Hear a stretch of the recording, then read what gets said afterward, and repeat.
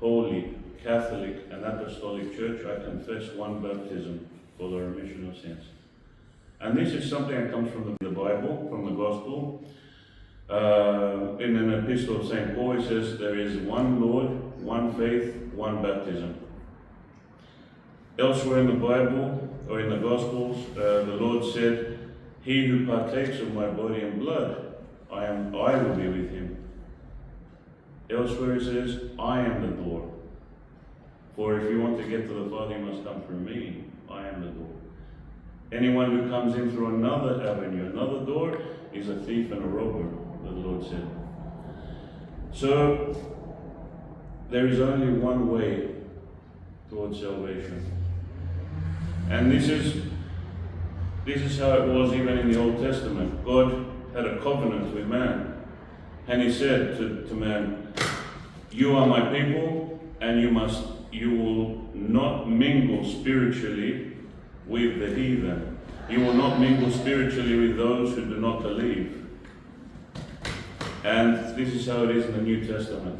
The holy canons of the church, they tell us we must not pray together with those who are not in the church. The holy canons were made in order to protect the dogmas of the church, the truths of the Bible, in other words. That's what the holy canons are.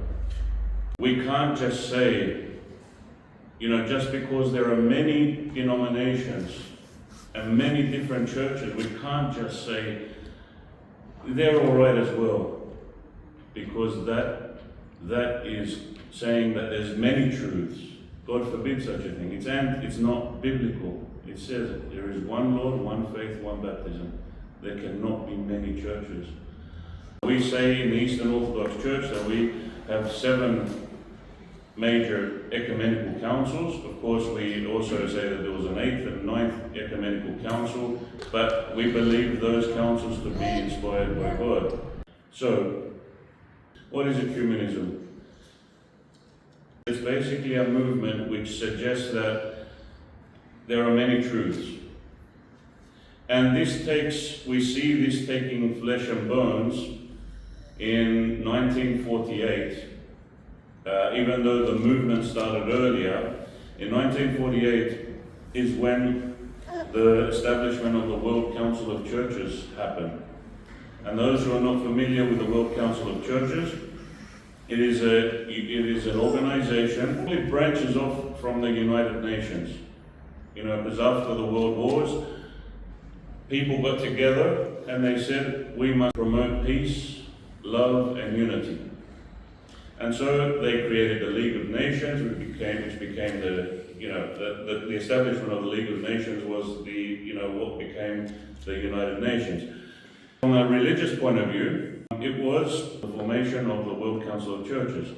And it was, unfortunately, the Orthodox Church together with the Anglican Church, which they were the founding members of this movement. In fact, the Roman Catholics were not part of that in the formation of this World Council of Churches. Now, fast forwarding to today, everyone's involved in that. Everyone sort of holds hands and they say, we all believe in the same God and we all share a portion of the truth. Now, that cannot be so. It can't be where, for example, the Orthodox Church, we say is apostolic. We can't say that the church that Christ established, when people broke off and started making their own rules and regulations and their own teachings, distorting the teachings of the gospel, we can't say that they share in the truth. That would be blasphemy. Unfortunately, that's what the World Council of Churches is about. They say everybody has a portion of the truth. Very dangerous. And it is death-bearing. And I refer to the World Council of Churches as a new Tower of Babel. And if you all remember in the Bible, the story of the Tower of Babel, men got together and they built this tower and they conspired and they rebelled against God. And then that's when God separated and the nations came about. So any man-made union cannot be God-inspired. It's only God that unites mankind, like He did in Pentecost. God united men through truth, through the descent of the Holy Spirit. So we cannot come out of that and say there are more truths. Unfortunately, this is the movement that prevails today, the World Council of Churches. This is why we oppose that, and we are not in communion with those who are part of that. Because the church is the bride of Christ.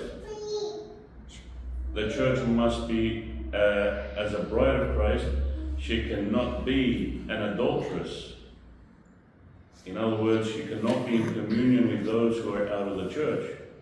Yet today, you see, the Orthodox churches, the official Orthodox churches, together with the Roman Catholic churches, the Lutherans, the Anglicans, they're all coming together in joint prayer services, moving towards unity. Some people say, no, they're not united.